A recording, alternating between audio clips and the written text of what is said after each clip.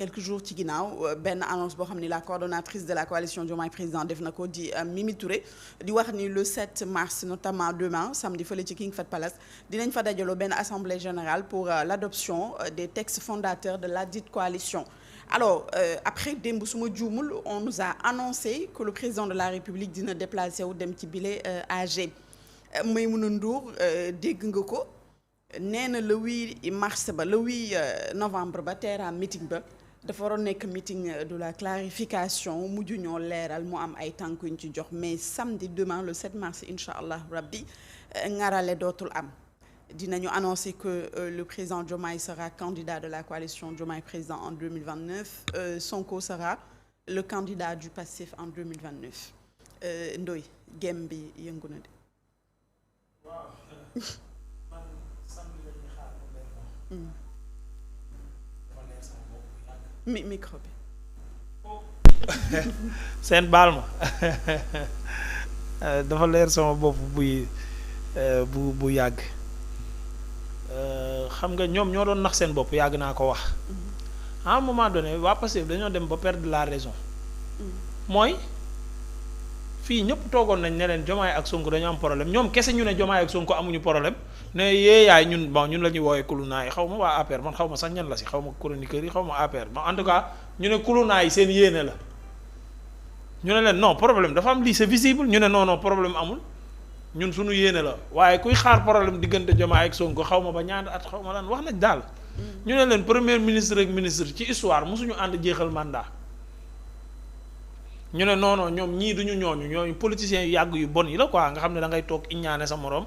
layal ko daal ñoom garaawal seen nit ki daal ne ñoom daal duñ comme naam daal duñu nit histoire boo leen nettali méngale ko ñu ne noonu manta ne gars yi indil leen Mamadou Dia Senghor ñu ne manta ne ñu indil leen Ablaye Wade kii Idrissa Seck Ablaye Wade Macky ñu ne non du benn Abdou Diouf c'est premier ministre Habib Thiam était son meilleur ami tuddante doom def lépp mais à un moment donné dañ tàqali ko parce que politiquement bokkatuñu woon gis-gis mënatuñu woon def et ñoom ñu ne non ñoom ñu garaaw ñu ay duñu ay nit ay extraterrestre lañ ñoom loolu du leen daal et ba tey ji ñoom seen bopp nit ñi naan leen yàlla na jàmm am ñu ne ñoom voilà budda bu ñu xëyee dañuy attaquer Diomaye jàmm du fi amee vous voyez comment ils sont contradictoires maintenant bu fekkee nag sur le plan politique Diomaye depuis le début en tout cas man Ahmed sa vision est très claire dans ma tête te depuis le début en tout cas fii toog naa wax ko fi lu dul benn lu dul ñaari yoon Diomaye li mu bëgg a def xam na ko fi mu bëgg a jëm xam na ko il a sa stratégie il a ses plans il a ses hommes et mu ngi koy dérouler maintenant nag fii Sénégal lu ñu xam mooy wax ju bari jëf moom farataaluñ ko alors que ñaari nit yi dañoo wute kii day wax lu bari du jëf dara kii day jëf te du wax lii mooy différence bi moo tax da ngay am lecture bu claire ci li Sonko bëgg def yépp mais Diomaye doo am lecture bu claire ci li mu bëgg a def parce que du wax mais dafay jëf beneen bi mooy un bon leader surtout un président de la République ay stratégie bu koy dévoiler mooy may na adversaire am yi tànk et ça aussi il l'a compris ba ci waa Pastef dafa nekk di leen jouer jeu politique di leen naxta ils ne se rendent pas compte ay woo yi mu leen di woo pale yëpp c'est pour leur faire perdre du temps moment boobu moom mu ngi liggéey heureusement ñoom keroog moo xaw nañ comprendre ñu woote réunion d'urgence pour jublu nag ci seen carte yi parce que sentir nañ ne ki ñu doon waxal pale kii moom bàyyi na leen bu yàgg day rafetal di leen faire perdre le temps c'est-à-dire dafay jouer contre-feu day def nii côté bii ba ñoom ñëpp ñuy xool fi fekk moom li muy def mu ngi fële ki ñu ñote gauche ñoom ñëpp ñu ñëw gauche fekk li muy def ak Mimi mu nga féete droite et comment se fait-il li mu woote fii ndogu yëpp boo dee responsable boo dee député après war a def li ñuy def suba samedi ça veut dire que ba mu leen di woo doyewu leen woon dara moom fii ku ne mën ngaa invité say xarit ndogu après mais Ndoye est-ce que aussi bu ñuy xalaat ba ci biir bu ñu def une analyse froide de la situation est-ce que nekkul une stratégie pour affaiblir l'opposition parce que tey Ousmane Sonko bu taxaw benn camp ak ñi ñuy woowee alliés yi nga xamante ni ñoom ñoo gën a dëgër ci Pastef on peut dire madame Aïda Mbodj ay Guirassy ay alliés yoo la nga xam ne ñoom dañu far Pastef beneen côté ba parce que coalition Diomaye président quand même bu taxawee ak président Diomaye ci nekk à la tête Ousmane Sonko nekk tête Pastef c'est-à-dire du combat quand même du combat Pastef moo yor appareil électoral bi léegi nag est-ce que coalition Diomaye président moom nekku fi léegi nag ubbil porte li nga xamante ni moo di les transhumants ubbil porte ñi nga xamante ni ñoom ñoo meree fële Pastef ne léegi xaar ñu ñëw ñu kii fee au lieu nga dem jàppale nag fi mu nekk opposition bi nga xam ne ñoom la ñu jàpp ñoom ñooy opposition bu mag bi bu dëgër bi ñu bàyyi ñëw ci coalition Diomaye président bi pour affaiblir un peu li nga xamante ni moo di opposition bi tout en sachant que coalition Diomaye président aussi jàkkaarloog Pastef on peut pas dire que mën na am lu bari tamit. un opposant un militant de l'opposition Diomaye ak Sonko bu ñu fi desee mu voté bulletin blanc. moom moo voté bulletin blanc kon mënuñu leen nax un militant laa la wax de un vrai militant de l'opposition boo ko tegalee Diomaye ak Sonko mu voté bulletin blanc.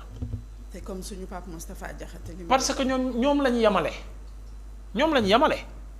maintenant kon kan la ñuy nax seen bopp la ñuy nax de bu fekkee dañuy naxaate et gëwuma loolu xam nga lu tax. naxaate ba ci dàq Bassirou Kébé ba ci dàq Salimata Dieng loolu c'est un jeu loolu c'est pas un jeu naxaate ba ñuy jàpp say waajur di leen saaga suba ngoon guddeeg bëccëg ci réseaux sociaux yi ñoom Azura di la wax liñ lay wax ñoom Kilifa di la wax liñ lay wax naxaate non c'est pas un jeu ce n'est pas du tout un jeu maintenant li leen jaaxal ñoom mooy lan la Bassirou Diomaye Faye di togg loolu lañ xamul. li muy togg. Et comme disait Ousmane Tanor Dieng, personne ne peut savoir ce qui se trame dans la tête d'un président da ngay xalaat ba sonn wër loo wër nangam mais li muy xalaat doo ko xam de mooy comme li ñuy wax tout le monde est clair comme glace devant lui et moom il est sombre devant tout le monde. mënoo ci dara et comme Bachir Fofana disait l'autre jour goût pouvoir ku ko ñam pour nga bàyyi ko du yomb. mais j'allais terminer par là. Oui. fii laa toog Ousin laa ko doon wax yàgg na ca commencement ba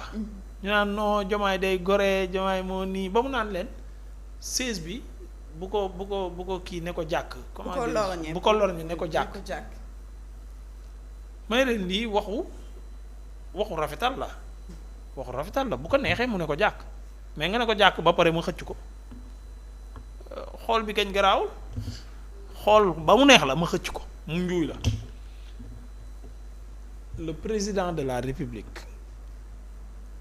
muy man muy keneen ñun ñëpp daanaka ay banlieusards lañ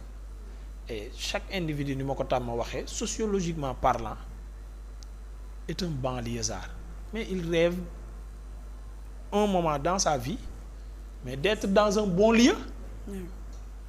naa waa ji mënul jóge Njagañaaw ñëw Dakar fa mu dëkkoon Dakar université la. di dem di louer ba xëy bés am kër Mermoz maanaam zone bi gën a luxe ci Dakar bokk na ci en tout cas Mermoz Almadies Sacré-Cœur whatever ville fa la dëkk ñu xëy bés nga dem palais service traiteur nekk sa à ton service sécurité à ton service sa njàngu doom yi niveau bi gën a kawe. sa paju da nga daan feebar dem hôpital léegi xaaratuñu nga feebar doo ko dem hôpital chaque jour dañuy xool sa santé def révision générale parce que tu es le président de la République di la takkal sax ay montre pour di xam chaque fois sa santé fu mu toll. say jabar pare salaire yi bokkatul quand tu es président de la République pendant 5 ans tu as 11 milliards chaque année c'est 55 milliards. soo ko yóbboo beneen mandat c'est 110 milliards say sëti tedd nañ duñ toroxati waa lii ngeen ne Basirou maanaam ci ngoreek bëgg Ousmane pour ses beaux yeux danaan ko am ma delloo la affaire bi yaa baax bëgguma moom amul benn ambition amul benn objectif moom bëggul dara dans sa vie rêvewul nekk une deuxième fois le président de la République du Sénégal ngeen yaakaar ne jabaram yi bëgg nañ suba nekk première dame wàcc leen bëgg nañ lool jigéen ku xam jigéen ku xam jigéen première dame wàcc leen nga yaakaar ne booy yi ñaan nañ yàlla delluwaat ci école primaire yañ nekkoon gars yi soyons raisonnable nit kese la. C'est vrai. Maintenant boole ci nag xam loo xamul woon sécurité intérieure li nga ciy xam bokkatul. renseignements généraux du monde yi États-Unis France Russie liñ lay jox di la informer nga xam ko te xamoo ko woon bokkul maintenant loolu lépp bu au-delà de yow sur le plan personnel di nga bëgg Sénégal gu xam ne da ngay jàpp ne loolu nga xam keneen capable lu gérer ko pour nga joxe ko sax doo ko wóolu même sa doom bi nga sukk jur pour nga jox ko doo ko wóolu. ay chef d'état oui parfois nit ñi dañuy jàpp ne da ngay ngoy ci nguur parce que privilège bi mais parfois da nga ciy ngoy pour d'autres infos yoo xam ne yow xam nga ko te wóoloo goo koo bàyyee keneen parce que ku fi nekk fii sénégalais bu nekk boo ko laajee daa jàpp ne moo gën a bëgg Sénégal beneen sénégalais bi sénégalais bu nekk léegi moom ci parmi les sénégalais daf ci am information yu ñu amul am ci information yow ki nga bëgg a jox nguur gi moom Bassirou xam na lépp ci kooku. léegi est-ce que kooku doy na ko pour nguur gi gannaaw ba mu découvrir lu bari ci moom renseignement yi xamul ko lépp ci moom déplacement avant ngay nekk ci nguur gi bi ngeen àndee nekk ay xarit bi ngeen àndee di opposé wu bi ngeen àndee nekk fële impôt et domaine lépp dañ la koy xamal parce que le président de la République dañ lay wax ne renseignement yi non seulement dañoo am pare-brise pour mën a gis ci kanam d'une manière très large. mais dañoo am rétroviseur dañ leen di wax li xewoon avant ñoom de Senghor à Macky Sall dañ koy wax des infos ci nit ku ñu bëgg nag ñu wax ko kooku quotidien am chaque jour fu mu dugg fu mu génn avant ngay toog ci nguur gi la mu defoon yépp jox la ay date ay heure ay enregistrement audio ay vidéo surveillance yu fa loolu lépp ñu jox la ko nga xam ko ci nit ki. du yomb nga gët bi waaye gët gi yi nga ko daan xoolee ak gët yi nga koy xoolee léegi day wute. et jàpp naa ne lii sama xalaat la jàpp naa ne lii yàq ci seen relation lu bari bokk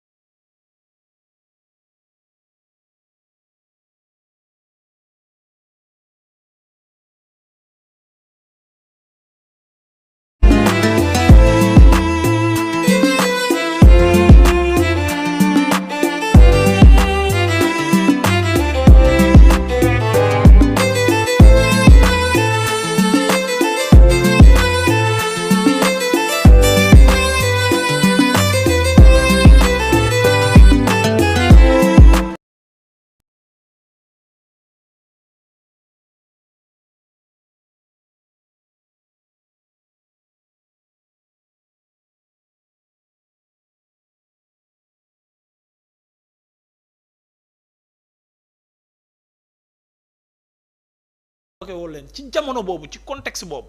parce que élection locale moo nekkoon xaw ma lan moo gënoon a jege moo doon ñëw sunu kanam bi mu defee loolu conseil départemental yi ci biir xelam processus bi calendrier électoral bi dañ ko faussé parce que mois de février bi la waroon a signer décret bi ñu commencé processus bi def révision ordinaire bi donc comme calendrier bi faussé nañ ko li ma jàpp man mooy day xaar 2 ans wu assemblée am mu cumuler assemblée ak local tas assemblée bi maintenant comme day tas assemblée bi day cumuler assemblée ak local gis na maire yi gis na élus départementaux yi ñu ci topp du député yi il est dans sa logique bi mu paree ci loolu lu ci topp moom mooy jublu ci 2029 ñan la ciy àndal du Diomaye président ñoom lay jaseel suba calendrier am dafa leer nañ sa vision elle est claire nette et précise maintenant nag ku mu neex bëggoo gis bul gis ku ko jàppee dof it yàgg naa ko wax ku ko jàppee dof wala ku jàpp ne dafa ragal ci li mu bëgg a def ragalul doful mais du genre nit ku nekk ak ni nga mel moom du nit buy demee xët-xët mais il sait très bien ce qu'il veut et ce qu'il veut faire et xam na ñim ci war a àndal te tànn na leen ba pare et demain comme Maïmouna Ndour Faye lu mu wax demain jàpp naa ne lu bëri dina déjà woote demain bi li jot a leer mooy bu nee dafay dem mooy ça veut dire que yéen waa Pastef faalewu ma leen man sama coalition laatal maintenant bu subaa bu leen neexee bu subaa mën naa dem ci ndaje mi de kenn mën ta wax ba ma war Ousmane maa ngi moom ñoo def nii Ousmane moo ma defal lii Ousmane bu ma sañoon lii Ousmane bu ma nii moom laa yéene lii moom laa def nii maintenant nag les paroles et les actes ban ngay jël sauf que fii Sénégal moom parole la ñuy gën a téye ndax Ousmane ay wax la leen tàmmal mais man boo waxee jëf ji laay jël du ma jël wax ji. et keroog Ousmane nee na jarul sax ñuy wax coalition boobu c'est-à-dire jarul sax di leen waxtaanee booy xool en quelque sorte yi mbir mi xaw na leer mais.